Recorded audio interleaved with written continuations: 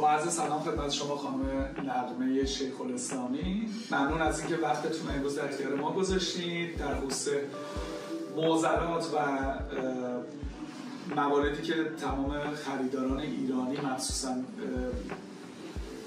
چه نسبت به ثبت شرکت چه نسبت به املاک توی دبی مواجه هستن می‌خواستم نقطه نظرات شما رو بپرسم.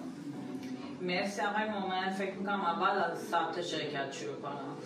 به خاطر که من واقعا خودم شخصا وقتی اینستاگرامم باز می‌کنم و می‌بینم که چه تبلیغاتی راجع به ثبت شرکت و حالا خرید ملک میشه و چقدر اطلاعات نادرست دارن پخش میکنن و متاسفانه طبق قانون دبی شما هیچ کامنتی نمیتونیم بزنید که حداقل بهشون یعنی بعضی که کامنت ها رو میخونن متوجه بشن که این تبلیغاتی نیست که در واقعیت واقعا این شکلی باشه.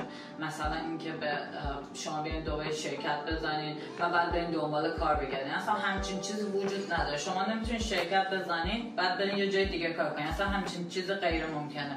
بعد مگه میشه شما توی کشوری که الان چندین ساله که VAT داره شما بگین من شرکت زدم و اصلا درآمد نداشتم VAT پرداخت کنم؟ آف کورس الان زیاد مثلا به این قسمت زیاد کار ندارم، ولی طبق تجربه‌ای که من توی این سالها توی دبی داشتم مطمئنا روزی خواهد رسید که بهتون میگن که شما چه شکلی دارین توی دبی زندگی میکنین، شرکت دارین ولی تاکسی پرداخت نمیکنین.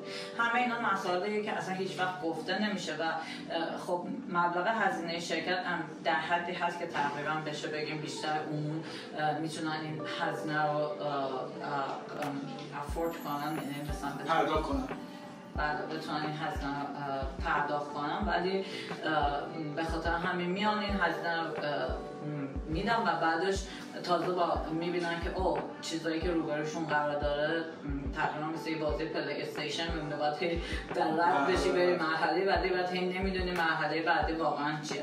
خیلی سخته و من واقعا با این مسئله اصلا اوکی نیستم که یه چیز دیگه به مردم گفته میشه و در واقعیت یعنی در اصل با ثبت شرکت امکان این که بتونن NOC بگیرن و توی محل دیگه کار بکنن وجود نداره. این که وجود نداره هیچی و در هر حال هزینه ثبت شرکت در سال اولیه فقط شاید محدود بشه به اون مبلغی که شما پرداخت میکنید، ولی سال بعدی حتما از شما میخواد آقا مکان شرکت کجاست، پس اون موقع مجبور یه شرکت هم اجاره کنی و یعنی یه مکانی رو اجاره بکنی و یه هزینه اجاره پرداخت کنی حالا یا بخرید، ولی خب بالاخره خیلی چیزای متعاقبش کارهای دیگه هم باید انجام بدن که فکر نمی‌کنم کسی وقتی که دارن ثبت شرکت میکنن این چیزا رو توضیح بده. خب این دقیقاً یکی از معضلاتیه که ما تو ثبت شرکت پس داریم، یعنی کسایی که به این شکل مهاجرت میکنن باید خیلی حواسشون باشه.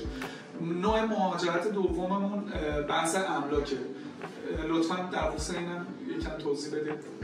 باز یه چیزی که خیلی منو اذیت میکنه اینه که اصلا گفته نمیشه که شما وقتی دارین یه ملک رو توی دبی میخرید مثل این میمونه که بریم از یه آدمی بخرین که تصدیق نداره، یعنی مثلا سوار یه ماشینی بشین که راننده تصدیق نداره. آیا شما حاضرین همچین کاری بکنین؟ فکر کنم 90% جواب ها نباشه، چون که کسی سوار ماشینی که بدون رانندهش تصدیق نداره نمیشه. شما وقتی که با یه بروکر میخواین حرف بزنید اول بگین تصدیق که اینجا بهش میگن بروکر آیدی شما کجاست.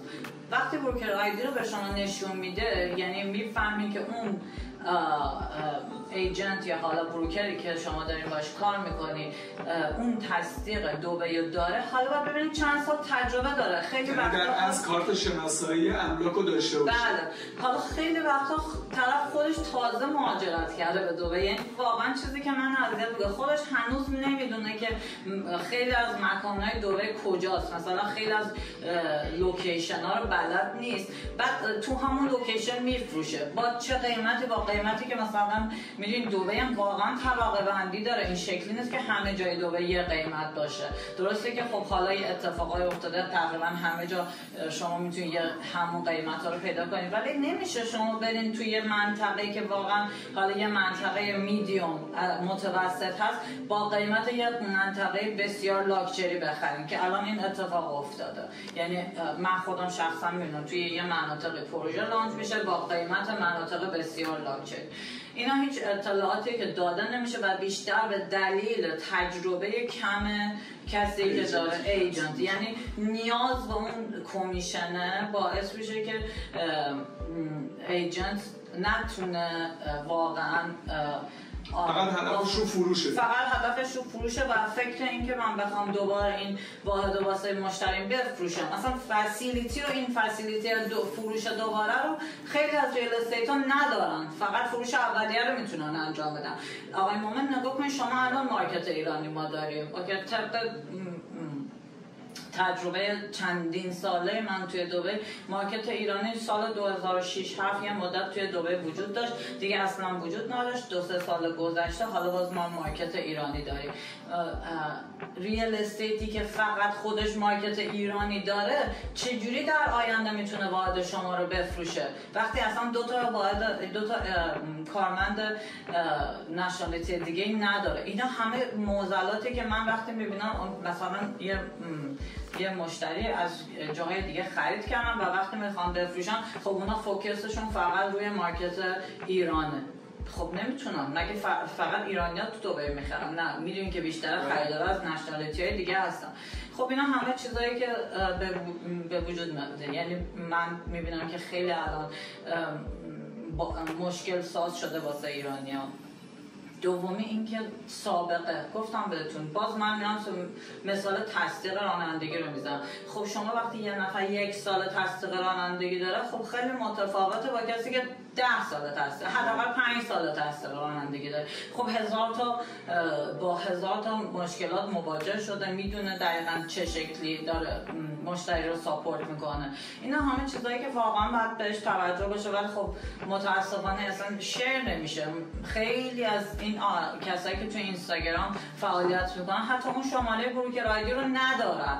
وقتی شماره بروکر آیدی رو ندارن، شما چه شکلی دارین بهشون اعتماد میکنین؟ مثلا میگم شما سوار یه ماشینی که میدونین راننده تصدیق نداره نمیشین، بعد میلیون درهمشون رو بیاین تراست کنین به کسی که اصلا حتی اون بروکر آیدی رو نداره و اگر داره میزانش، یعنی طول زمانی که این بروکر آیدی رو داره خیلی کمه و یا خودشون انگلیسیشون انقدر در حد بیسیک که میتونه آقای مامن واقعا آدم ناراحت میشه، حتی نمیتونه. یعنی شما اگه یه مشکلی واسه این مشتری به وجود بیاد، چجوری میتونی ساپورتش کنی؟ مگه میتونی شما به دفتر سازنده بگی من میخوام با یکی صحبت کنم فارسی بلد باشه؟ نه.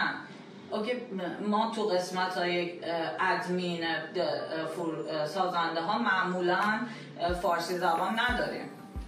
تو قسمت فروش بله، و قسمت فروش اصلا نمیتونه به قسمت ادمین یا CRM راه پیدا کنه. یعنی بعد وقتی انگلیسی بلد نیستن چجوری میخوان ساپورت کنن مشتریشونو؟ اصلا یه چیزایی میگم که یعنی این مشکله که از این شانسی که میشه بروکر شد استفاده کنه، این بسیار به نظر من راهنمایی غلطی رو به مشتری ارائه. پس شما یکی از صحبتایی که کردید، من اینو متوجه شدم که هر نفر باید یک مشاوری داشته باشه که بروکر آیدی داشته باشه یا همون کارت شناسایی که مربوط به اون ایجنت هست، یعنی اون مشاور هست، آموزش خوب دیده باشه نسبت به مناطق و نسبت به پروژه ها که بتونه اطلاعات خوب بده و از همه مهمتر این که سابقه طولانی رو توی این موضوع داشته باشه که دقیقاً 3 اصل اصلی هست. به نظر شما توی کشور امارات به چه طریقایی میشه ملک خرید؟ به چه روش‌هایی میشه ملک خرید؟ یکی از یکی آف پلن پروژه‌ای که آماده نیستش، حالا تو قسمت‌های مختلف. و من خودم شخصا اگه بخوام به مشتریم یا هر کسی پیشنهاد بدم، سعی می‌کنم که لانچ اولیه پروژه باشه، چون تو هر لانچی قیمت‌های پرسنتیجی میره بالا. خب وقتی که شما یه روزی تصمیم میگیرید ملکتون رو بفروشین، باید یعنی شما اگه مثلا لانچ آخر خرید باشه، مثلا لانچ 7م 8م، در واقع اونی که لانچ اول خریده قیمتش خیلی پایین‌تر از شماست، بعد میاد میخواد بفروشه به قیمت شما. بعد شما بخواید سود بگیرین تقریبا یه ذره سخت میشه. نمیدونم درست منظورم تونستم بفهمونم یا نه. یکی اینه. دومی که وعده‌ای که میدن، اول من اینم بگم بعد که برن سر مراحل دیگه. موضوع همینه، چون من خیلی رو دیدم مثلا اومدن اعلام کردن شما با 2 میلیارد میتونید ملکتون رو خریداری کنید، ولی بعداً وقتی که وارد موضوع میشن میبینن این 2 میلیارد دومون پیش پرداخته و بعد تو اقساطش به مشکل میخورن. اصلا کلا این 2 میلیارد که فکر نکنم اصلا وجود داشته باشه. 2 میلیارد فکر به درهم واقعا چقدر میشه؟ حالا anyway نمیخوام بریم تو دیتیلز، ولی کلا بحث اصلی اینه که ببینید شما وقتی یکی از معضلات اینه که میگه امروز بخر، من ماه دیگه واسط میفروشم، آقا بیا واسه من بخر. اگه شما میتونی ماه بعدی واقعا با سود بفروشی، من خودم اینوست کنم. اصلا همچین چیز غیر ممکنه. شما نمیتونی ملک آفرینی بخری که 1 ماه 2 ماه 3 ماه 6 ماه بعد بتونی بفروشی. غیر ممکنه. اولا خود سازنده تو اون کتاب SPA حالا که هر کسی باید امضا کنه خودش اونجا داره 30 تا 50% باید پرداخت کنی بعد بفروشی. یعنی شما نمیتونی 10% دادی 20% دادی بگی من میخوام بفروشم، بین 30 تا 50% باید پر کرده باشی. حالا شما میگه اوکی من میام 30% پرداخت بدم، اصلا غیر ممکنه. مگه اینکه شما یه دوستی آشنایی داشته باشین میگن اوکی حالا من خریدم بیا الان تو از من بخر. اینجوری امکان پذیر هست. الان اصلا خبرایی هست که میگن که شما ملکتون رو از ما بخرید، ما خودمون واسهتون اجاره میدیم، آفرین هم هست اجاره میدیم، از اجارتون قسطا رو بدید. خب اینا همه یه چیزیه که وقتی کسی که میخواد بخره باید تو ذهن خودش این فکر رو بکنه چه جوری میشه آفرین رو اجاره داد. میدونی اصلا چه جوری میشه ملکی که آماده نیست تو اجاره. و اگر همچین فسیلیتی میذارید مثلا طرف میگه اوکی من رو پول شما و شما سود میدم، چرا باید این کار بکنم؟ اگه پروژه واقعا پروژه‌ای که فروش میره چرا باید همچین فسیلیتی روش بذارم؟ میدونی تقریبا یه چیزایی باید تو ذهن آدم باشه دیگه. نمیدونم ماشین میدیم، آخه چرا باید ماشین بدی؟ نه شما انجام نمیدید، یعنی مجموعه سنچری این کارو انجام نمیده یا واقعا اینا همش خبرهای زرده؟ واقعیتا من فکر نمی‌کنم که کسی که راه درست بره انجام بده. اینو واقعا میگم. یعنی شما نمیتونید بگی من یه واحدی رو میفروشم روش خونه روش ماشین میدم. چه جوری میشه؟ واقعا چه شکلی ممکنه شما بیای روی واحد دیگه ماشین بدی با همون قیمتی که من دارم؟ چرا من نمیتونم ماشین رو بدم؟ پس مطمئنا اون مقدار قیمت ماشین روش عد میشه کما اینکه یعنی سازنده ها این آفرها رو نمیدن که سازنده این آفر رو میده که خودش نمیتونه پروژهش رو بفروشه. متوجه میشین؟ یعنی به مثال وقتی یه دونه تلویزیون شما الان میری تو میخوای بری تلویزیون بخری، میبینی روش گذاشته آقا من مثلا